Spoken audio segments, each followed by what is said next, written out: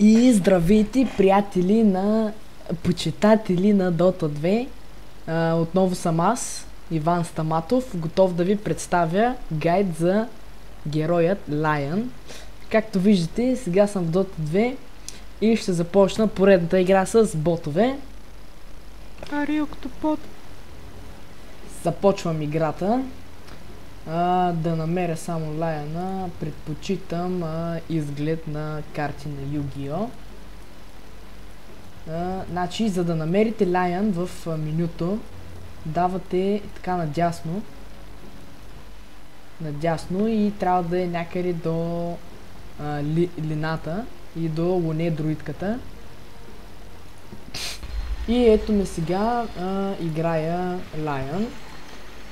Много хора мислят, че този герой е съпорт, но всъщност това е абсолютно грешно. По принцип нубовете купуват лардове и кокошка, но при мен това няма да стане. Аз започвам Lion без айтами, за да мога да изкарам бърз Morbid Mask. Ще отида на мид. Така, преди да отида на мид, искам набързо да обясня някои неща. В Dota има три линии. Тази е горна. Средна също се познава като среда. И долна като дуна. Всяка линия има по три кули. Една. Ето е първата. Втората е тук. Виждате я. И третата кула. Ето тук. Всяка линия има по 5 таверни, от които излизат крипове. Ето тези две таверни излизат ето тези крипове. Какво друго искам да ви кажа, че криповете в момента ги виждате, че са с 300 живот, 23 демидж. Тези с 550 живот, 21 демидж. Всеки отбор има сърце. Това е сърцето на радианта.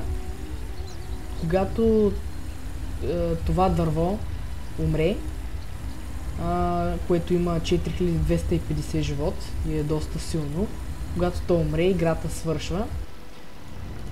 Тук е сърцето на отбора Дире.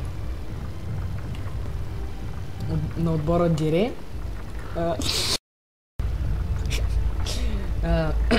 Когато то умре, радианта печели играта и обратното, когато Дире разбие това дървото, Дире печели. И това е общо взето. Тук преди сърцето на отбора има две кули, които да го пазят, след като противниковия отбор унищожи тези 5 ракса, 5-6 ракса и една кула. Тук има още две кули и тук има още две мини кули, които правят по 400 демидж на хит. Така, обясних, сега отивам на мид, за да ви покажа малко геймплей. И ето ме на мид. Върнах се на мид, така ще поговоря малко за айтемите на Lion. Повечето играчи си мислят, че тези айтеми трябва да са от сорта на Мекан, който да съпорти отбора. Постоянно да си купуват лардове.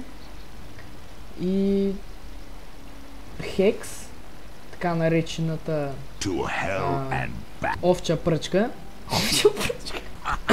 Овча пръчка. Това, което виждате тук, е така наречената руна. Има няколко вида руни в Dota 2. Те се спаунват на две места. Първото е тук, а второто е ето тук, на тази мъгла, която виждате тук, както един мой стар колега е казал. В тази мъгла се спаунват мисля, че 4 или 5 вида руни. Едната е регенерация, другата е бързина, третата е илюзии и четвъртата е двоен демидж, а и петата е невидимост. Тези руни се спамват на всеки 2 минути, т.е. 2, 4, на 2, 4, 6, 8, 10 и така нататък. Както виждате тук, ето тази костенурка, много интересна. Наистина детайлите в Dota 2 са наистина много приятни. Не като в Лигата на легендите, но все пак близко. Така, щях да говоря за айтемите на Лионката. По принцип аз му правя Power Threads, но така че тук съм взел Boots of Travel. По принцип първи айтем след бутушката е... чакайте само момент. Ето тук така се прави. Искам да убия този. Вижте колко бързо става с моите айтеми. Айтем билд, така да кажа. Маската на лудостта. Един от най-добрите айтеми в Dota 2. Така да кажа, отборния айтем, който помага на отбора с много. Като втори айтем правя запустителя. Нещо друго за Dota 2 интересно е, че има някои айтеми, които са така наречени орб ефекти. Колкото повече орб ефекта имаш, си толкова по-силен, общо взето. Ето както виждате тук, запустителя, дифузиално острие и водовъртежа. Това тук е манта стил. Тя ви дава 3 илюзии, наистина много полезен айтем. Както виждате, в момента бия неутралките, а те дори не знаят, че аз истинския не се намирам там. Територията от тук до тук се нарича бойно поле. Тук е където героите се сражават, както и далекобойните и близкобойните крипове. Ето територия, бойното поле на мида, така наречената среда. Ето и тук. И овча пръчка. И на долната линия отново близкобойни, далекобойни герои и като цяло война. Нещо много интересно за Лаяна е, че както виждате... Комай биеш, матка? Ако сте гледали предишния ми гайд, съм говорил за тези чудовища. Тук виждам един приятел, просто го унищожавам. Не можах да го унищожа. Тук се опитвам да намеря птицата Додо. Най-различни легенди има за тази невероятна птица, която е невероятно силна. Така и не мога да я намеря. Ще пробвам в гората на Дире. Ето тук търся птицата Додо. Намерих я. Това е тя. Ако се приближите, ще умрете на секундата. Аз съм птицата Додо и ще изям малката пишка. Наистина, ако я видите, освен ако не сте пъч, предишния ми гайд, знаете, ако сте го гледали, има един голям трик или бъг, така да кажа. Но иначе, ако се приближа, вижте какво ще се случи. Както виждате, птицата Додо моментално ме уби и просто всички айтеми изкара от мен и ще ги унищожи всеки момент. И ето тук птицата Додо се връща след унищожаването на моите итеми. И какво друго мога да ви кажа за Dota 2? Мисля, че това е страхотен гайд за Лион. Силно се надявам да ви помогне за напред. Да ви помогне така да се усъвършенствате и да станете по-добри играчи. Поздрави към моя най-добър приятел Злато FTW. Страхотен гайд направи за интерфейс. Пропуснах да кажа нещо преди да свърши гайда. Когато пълните тези крипове, ето тези 3 голема, и се завъртите 3 пъти около тези дръвца, аутоатаката ви ще се промени изцяло. Това беше старата аутоатака.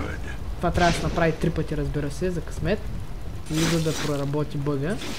Ето тук го правя. 3 пъти.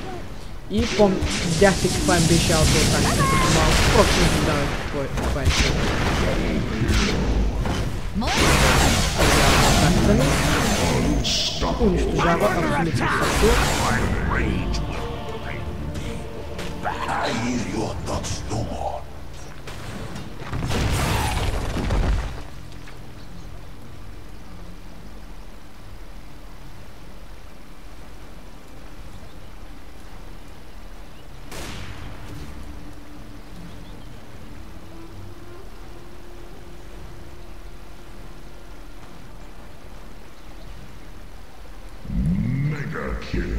И така приключвам този гайд.